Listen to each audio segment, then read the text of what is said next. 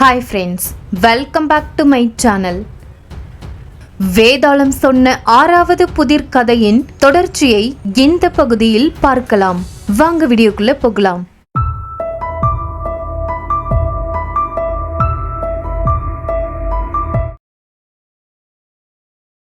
வீரபாகு ஒரு பெண்ணின் அழுகுரல் கேட்டு அந்த இடத்திற்கு வருகின்றான். சத்தம் மட்டும் கேட்கின்றது, ஆனால் அங்கு யாருமே இல்லை என்று பார்க்கின்றான். அப்பொழுது யாரோ ஒரு பெண்ணின் குரல் மட்டும் அந்த நீரில் கேட்கின்றது. இங்கிருந்து சென்றுவிடு வீரபாகு, உன்னால் என் துக்கத்தை துடைக்க இயலாது என்று சொல்கின்றார்கள். தாங்கள் யார்? என் பெயர் தங்களுக்கு எப்படி தெரியும் என்று வீரபாகு கேட்டவுடன் அந்த நீரிலிருந்து ராஜலட்சுமி தோன்றுகிறார்கள். நான் தான் இந்த ராஜ்யத்தின் ராஜலட்சுமி என்று அழுது கொண்டே சொல்கின்றார்கள். ராஜலட்சுமியை வீரபாகு வணங்குகின்றான். தாயே மகாலட்சுமி, இந்நாட்டு அரசன்தான் என்னை அனுப்பி வைத்துள்ளார். தங்களுக்கு என்ன சங்கடம் என்று கேட்கின்றான். என் துக்கத்திற்கு காரணம், நான் இந்த ராஜ்யத்தை விட்டு செல்ல வேண்டிய நிலைமை வந்துள்ளது. இந்த ராஜ்யம் அழிந்து நாசமாக போகிறது என்று லட்சுமி தேவி சொன்னவுடன், நாசமாக போகின்றதா? ஏன் அப்படி சொல்கின்றீர்கள் என்று வீரபாகு கேட்கின்றான். உங்கள் அரசனின் காலன் அவரின் உயிரை பறிக்க ராஜ்யத்திற்குள் நுழைந்து விட்டான். அரசர் மடிந்தால் அவர் ராஜ்யமும் அழிந்துவிடும். அதனால் நானும் இந்த ராஜ்யத்தை விட்டு சென்று விடுவேன். அதை நினைத்துதான் கவலை கொள்கிறேன் என்று ராஜலட்சுமி கண்ணீர் விட்டு கதறி அழுகின்றார்கள். அப்பொழுது வானிலிருந்து அரசனை அழிக்க வந்த காலன் வீரபாகுவின் முன் தோன்றுகின்றான். நான் உங்கள் அரசனை அழிக்காமல் விடமாட்டேன் என்று காலதேவன் சொன்னதும், வீரபாகு அரசனின் உயிரை காப்பாற்ற ஏதாவது வழி சொல்லுங்கள் என்று லட்சுமி தேவியிடம் கேட்கின்றான். அதற்கு ராஜலட்சுமி, ஒரு உபாயம் உள்ளது, ஆனால் அது மிகவும் கடினமானது. காலன் மிகவும் பசியாக உள்ளான். யாரேனும் ஒரு குடிமகன் அரசனுக்கு பதிலாக தன் குடும்பத்தோடு பலியாக வேண்டும். அப்படி நடந்தால்தான் அரசன் உயிர் பிழைப்பார் என்று லட்சுமி தேவி சொல்கின்றார்கள். அரசனுக்கு பதிலாக ஒரு குடும்பமே எப்படி பலியாக முடியும் என்று வீரபாகு அதிர்ச்சியாகின்றான். இதை தவிர வேறு வழி இல்லை. இல்லையென்றால் அரசனுடன் சேர்ந்து இந்த ராஜ்யமும் அழிந்துவிடும் என்று சொன்னதும், அதனால் வீரபாகு யோசித்துக் கொண்டே அரண்மனைக்கு வருகின்றான். இங்கு அரசன் காத்து கொண்டிருக்கிறார். அங்கு வீரபாகு வந்தவுடன், விசாரித்து வந்தாயா? யார் அந்த பெண் என்று அரசன் கேட்டதும் வீரபாகு தயக்கமாக உண்மையை சொல்லாமல் மறைக்கின்றான். அந்த பெண்ணை வீட்டை விட்டு விரட்டி விட்டார்களாம். அதனால்தான் அவள் அழுது கொண்டே இருந்தாள். ஆனால் நான் அவர்களை வீட்டில் சேர்த்து விட்டேன் என்று வீரபாகு சொன்னதும் அரசன், பிரமாதம், இதைத்தான் நான் உன்னிடம் எதிர்பார்த்தேன். நீ சற்று ஓய்விடு என்று அரசன் சொல்கின்றார். இல்லை அரசே, நான் சிறிது நேரம் வீட்டிற்கு சென்று வருகிறேன் என்று வீரபாகு கிளம்பிவிட்டான்.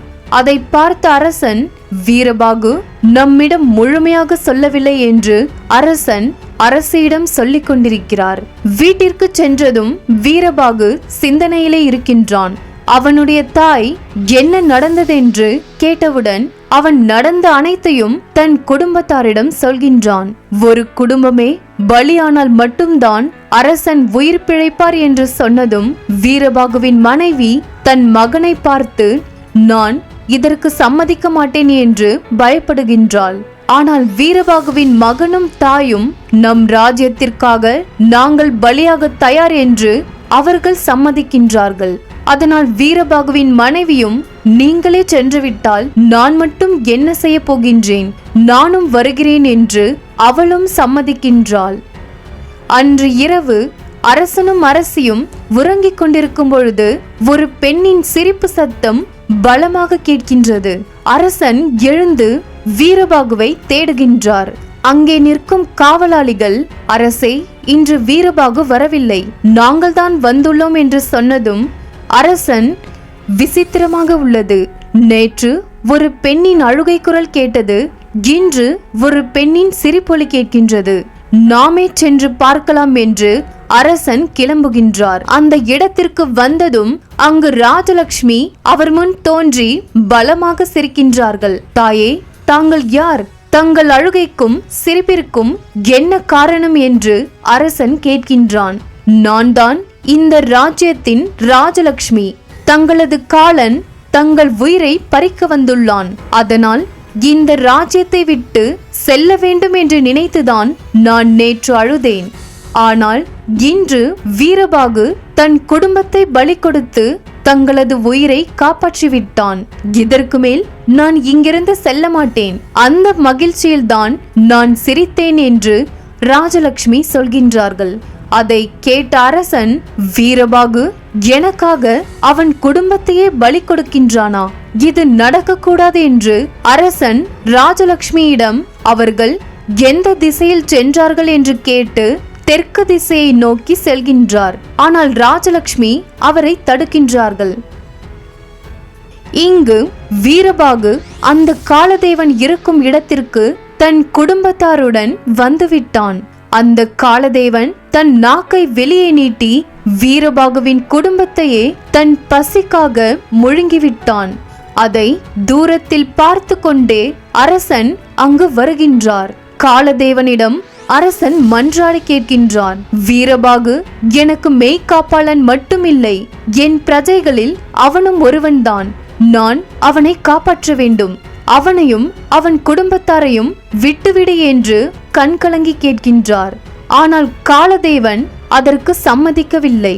அதனால் அரசன் மனமுடைந்து, ஒன்று வீரபாகுவை நான் காப்பாற்ற வேண்டும், இல்லையென்றால் நானும் மடிந்தாக வேண்டும் என்று அரசன் சொன்னதும் அந்த காலதேவன் அரசனையும் தன் நாக்கில் ஏற்றி முழுங்கிவிட்டான்.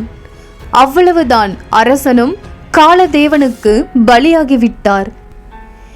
இந்த இடத்தில்தான் வேதாளம் விக்ரமாதித்தனிடம் புதிர் கேட்கின்றது.